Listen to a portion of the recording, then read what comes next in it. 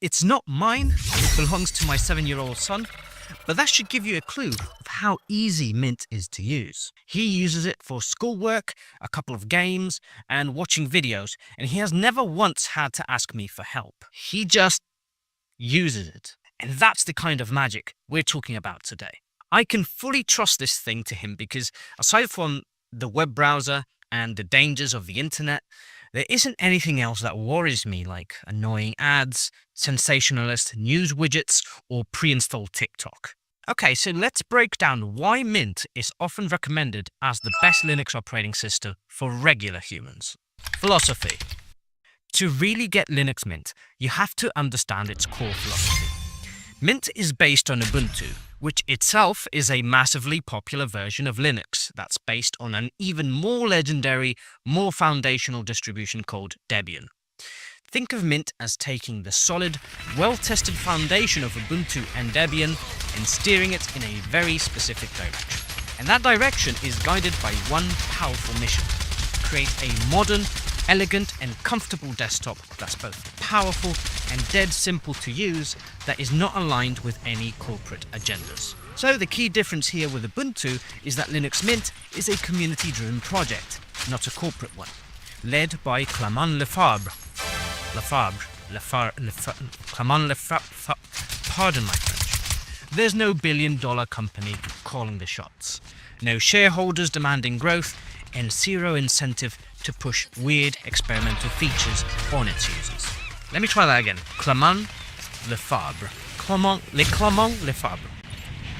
Right, so it's the answer to the question, what if a desktop was designed purely for the user's comfort and stability? So it takes the community approach of Debian and freedom, but it also takes the objective of Ubuntu of providing a solid, out-of-the-box desktop. This philosophy also has real-world effects you can actually feel. Unlike its parent Ubuntu, which has integrated controversial technologies such as snap packages, Mint has famously said no. It prioritizes technologies that are open, established, and widely accepted, such as Flatpak. Updates are also handled conservatively. Mint bases its major releases on Ubuntu's long-term support LTS versions, which means you can upgrade to a new version every 2 years or stay where you are and get 5 years of security updates for each major version. This isn't an operating system that's going to radically change on you every 6 months. It's a stable, predictable foundation you can depend on for years. You could even call it boring in a way, like it's just basically going to fade out of the way so you can get your work done. Also, this community focus also means that the project lead, Clément, actively listens to user feedback, giving people a real voice in their own OS. A familiar desktop. For anyone escaping Windows, the biggest fear is booting up and feeling totally lost in a strange new world. This is where Linux Mint, especially the flagship Cinnamon edition, works its magic. The moment you boot the live USB, you're greeted with something that feels instantly familiar. The desktop is clean and intuitive. You've got a taskbar at the bottom, a start menu on the left, and your clock, volume, and network settings in a system tray on the right. If you use any version of Windows in the last 20 years, you'll instinctively know your way around. The Cinnamon desktop was created by the Mint team specifically to provide that traditional, comfortable experience when other desktops were getting a bit too experimental.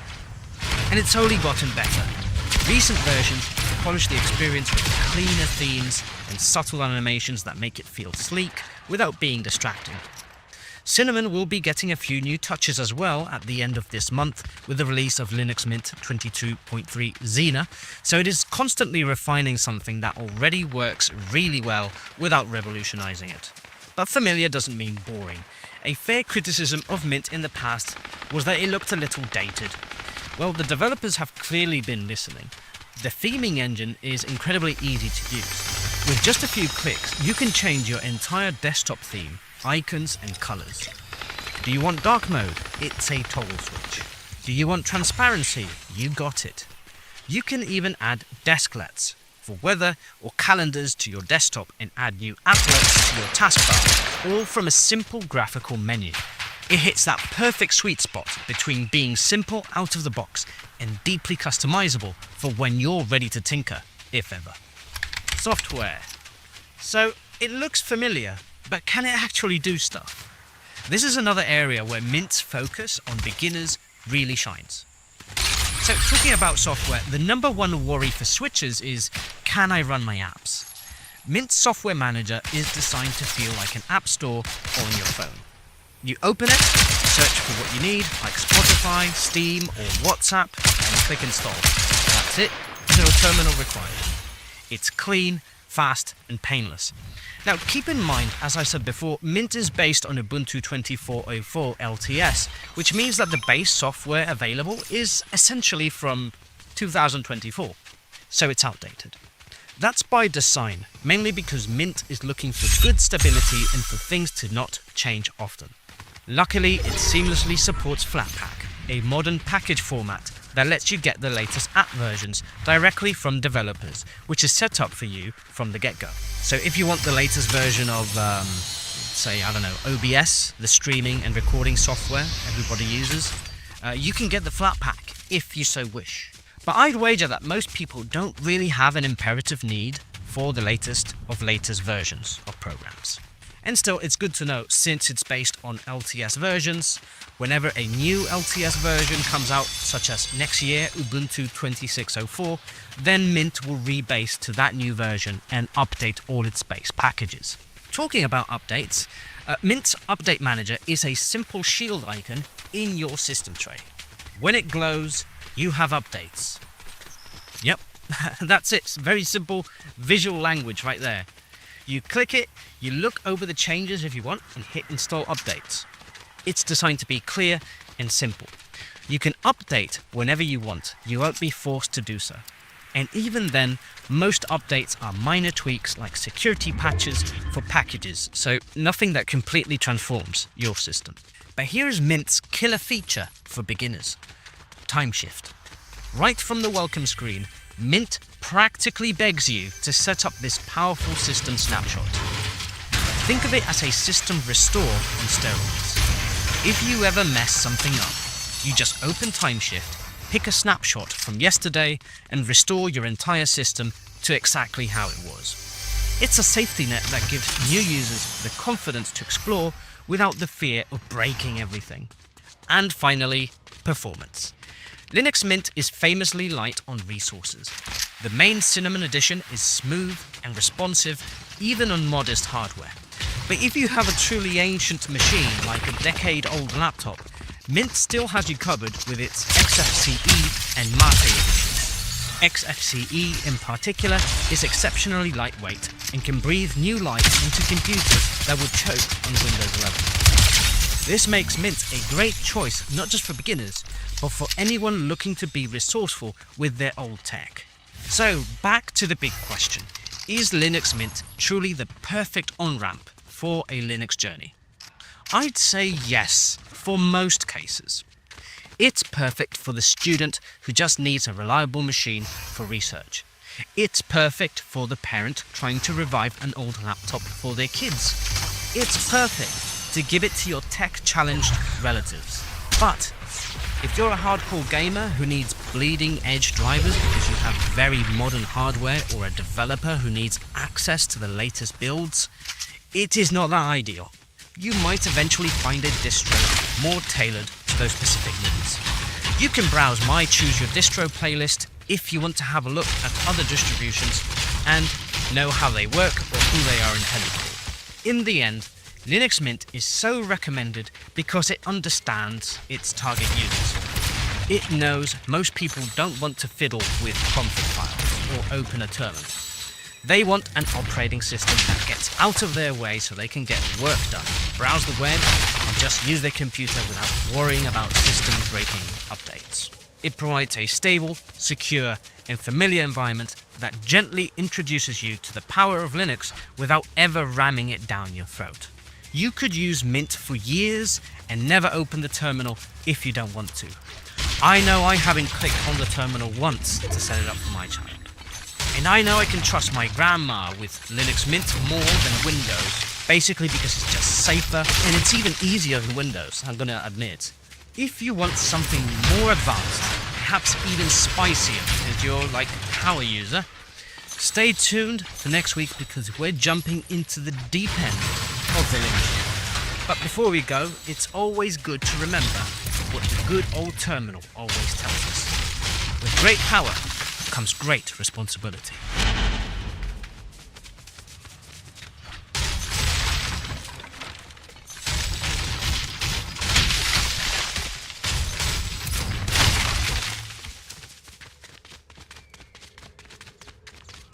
If you listen to the Linux community online, you might think there isn't a single good operating system on the planet.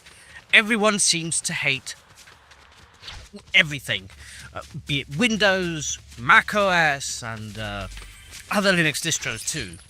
Tribalism in the Linux world is real, and honestly, it scares new users away because it just adds to the amount of noise and indecision that a newbie must face. It also doesn't cause a good first impression. Use Ubuntu! No, use Fedora! What? No way. Just start with Arch Linux. I'm Oscar, the super user, and today we're examining the main criticisms of different popular distros and talking about what I think. Of course, this is just my opinion. Everyone is entitled to their own, and if you generally hate or love some of the distros we're talking about today and you disagree, I have no beef with you. I still love you dearly. I'll leave what I believe is the most hated distro for the end, but let's talk about probably the most famous one first. The bloated villain, and that would be Ubuntu. I've already covered Ubuntu in a previous video, which you can watch here. I also covered its main controversies, which stem from Canonical, the enterprise behind Ubuntu. Canonical, just like most businesses, wants to make money and oftentimes prioritizes their own profit over the comfort of their users. Canonical has tanked their reputation within the Linux community by adding Amazon results to the dash, enabled by default, which raised privacy concerns, and also forcing the use of their own proprietary software store, the Snap Store. The affiliate link controversy happened in 2012 and was later removed, but these types of actions linger in users' memories for a long time.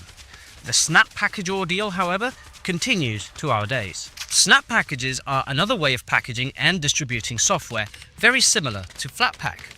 So what's the problem then?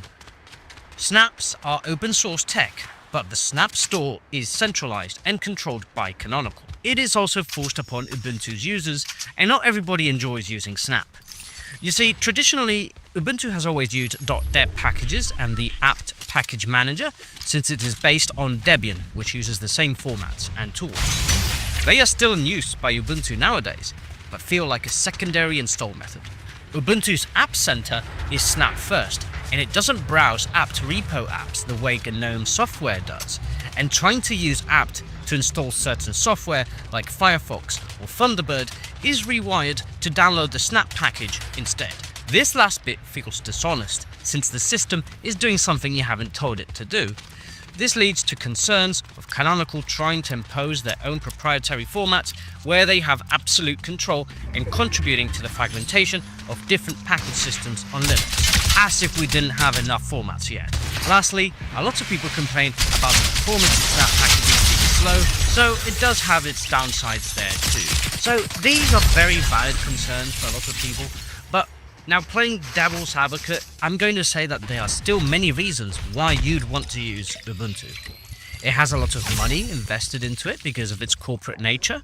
It's reliable, has enhanced hardware support, live security kernel patching with Ubuntu Pro, which is free for home users. A lot of third-party Linux guides and vendor packages target Ubuntu LTS first. You can have a stable, unchanging system with LTS, or a more up-to-date system thanks to interim releases. I'm going to say it. Ubuntu is excellent, and that's going to hurt a lot of people, I know. It is still open source, so you can remove the Snap packages if you want. You can remove the Firefox and Thunderbird apt package switcheroo code. It's still Linux in the end. Ubuntu is kind of like the Windows of the Linux world, but with a less evil Microsoft. Now, I don't use Ubuntu anymore, I prefer other Ubuntu-based distros such as Pop! OS, but if you want that layer of assurance with a big company behind it, then Ubuntu is a great choice. Don't let anyone shame you for using it. The unstable beta test. This is Fedora. I've also covered Fedora in this video here, if you want to check it out. Now, Fedora also has corporate ties, but not as strong as Ubuntu with Canonical. Fedora is essentially a community distribution, but with heavy funding from Red Hat, a company owned by IBM and that develops Red Hat Enterprise Linux, or RHEL for short, which is an enterprise-grade operating system. The reason why Red Hat pour money into Fedora is because Fedora acts as a testing ground for all updates that go into RHEL. This draws two main criticisms: that Red Hat has a lot of power over the direction of Fedora, and that Fedora users are treated like unpaid beta testers for a multi-billion-dollar corporation. Because it's always chasing the latest and greatest tech, Fedora has a reputation for being a bit rough around the edges. This isn't to say it's completely unstable, but some users feel it has an alpha-like quality where you're more likely to run into bugs. Its aggressive 6-month release cycle means you're getting major updates twice a year. For some, that's exciting, and for others, it's just exhausting. The frustrations don't stop there.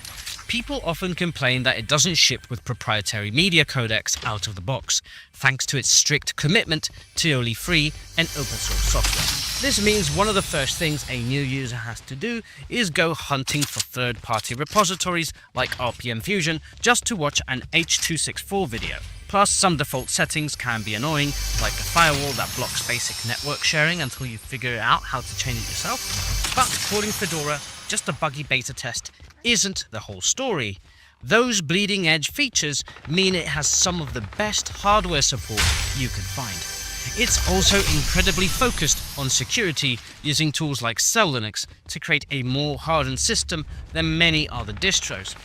And for developers, having the newest kernels, libraries and tools for things like AI is a massive plus. I mean, it is the distro that Linus Torvalds uses, the creator of Linux, if you didn't know. For gamers, you get access to all the newest drivers, kernels and desktop environment updates, which translates to better performance. It sits in a sweet spot between the do-it-yourself style of Arch and the it-just-works approach of Ubuntu, offering a powerful system for anyone who doesn't want to put too much effort in setting up their system. So overall, Fedora is a fantastic choice as well. Now, I don't use Fedora nowadays either, but my experience with the distro has always been top-notch. Fedora is bleeding edge with training wheels. If you take the training wheels off completely, you get the Elite Guard. And that brings us to Arch Linux. If you've ever seen the phrase, "I use Arch by the way," you already know the stereotype. Elitist, gatekeeping, and way too proud of using a difficult OS. The hate for Arch is often less about the system itself and more about the culture around it. The first wall you hit is the installation. There's no friendly graphical installer. You do it all from a command line, partitioning your own drives, setting up your network, and building your system one piece at a time. To its fans, this is the ultimate form of control and minimalism. To its critics, it's a pointless, complicated ritual designed to scare off anyone who isn't already a Linux expert. This perceived difficulty fuels the community's sometimes toxic reputation. The Arch forums are infamous for their read the frickin' manual, or RTFM attitude, where newcomers asking for help are often just told to go do their own research. Now, nothing really wrong with educating people on how to find information, but sometimes it can feel a bit passive-aggressive. That gatekeeping can be really intimidating and create a sense of superiority among some users who wear their Arch install like a badge of honor. And then there's the reality of a rolling release distro. Arch is always updating, giving you the newest software the second it's ready. While that's great for having the latest features, it also means an update can bring more bugs. There are no stable releases to fall back on. You are the system administrator, and it's your job to pay attention and fix things when they go wrong. Now, the reward for all this work, of course, is total customization and control. you build the exact system you want with zero bloat. And the Arch User Repository, AUR, is a giant community-run library of scripts that lets you install almost any software imaginable. That power and flexibility is why its users love it so much, including myself. Arch is perfect for anybody who knows what they want out of their system, and the best bit is that you don't really have to interact with the community at all if you don't want to. The Arch Wiki is a fantastic resource, and I often do not need community support at all. Luckily for many, there are other ways to harness Arch's power by using a distribution based on it, which makes installation and maintenance easy as pie. That leads us to the problem child, Manjaro, the distro that tried to make Arch easy and ended up getting hate from everyone. Its goal was noble. Take the power of Arch and its massive Arch user repository, but wrap it in a simple installer in a user-friendly way. So, what went wrong? Well, it gets flack from both sides. Arch purists see it as a leech. To them, Manjaro profits from everything that Arch has built, but hardly ever contributes anything back. Some bugs in their graphical software manager, Mac, have accidentally launched massive denial of service attacks on the Arch user repository in the past, taking it down for everyone. But the bigger issue comes from the other side, the promise of stability. To make things more stable than Arch, Manjaro holds back packages for extra testing. This, in principle, is good, but the problem is this delay can break things, especially with packages from the Arch user repository, which assumes you have the very latest Arch software. This puts users in a weird spot where a key feature of the Arch ecosystem, the AUR, becomes a minefield. On top of that, the project has a history of organizational mistakes that have damaged its reputation. This includes repeatedly letting its security certificates expire, a basic task in website maintenance that they have fumbled on multiple occasions.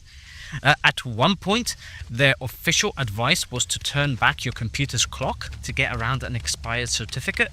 A huge security no-no. Caught between two worlds, Manjaro can be too unpredictable for beginners who want stability and too distant from the Arch philosophy for Arch veterans. So yeah, Manjaro is harder to defend because some of the criticism isn't tribalism, it's track record. That said, it can still be perfectly usable if you treat it as its own distro different from Arch.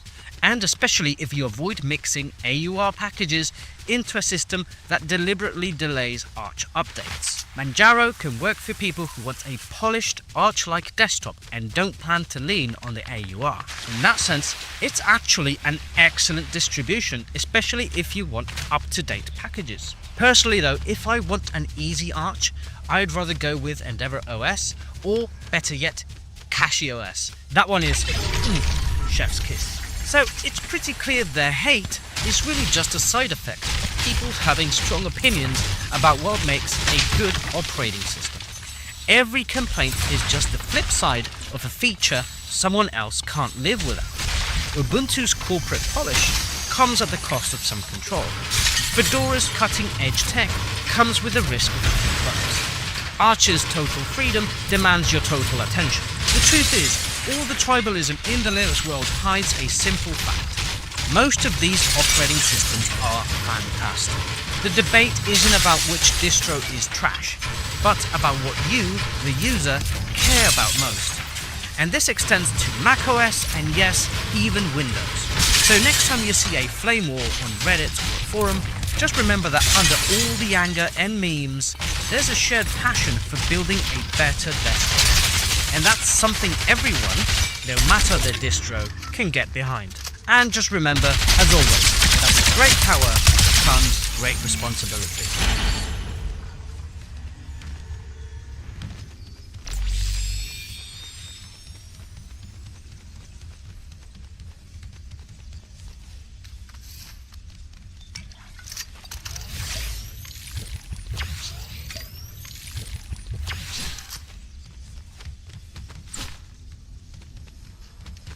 Alright, you finally installed Linux.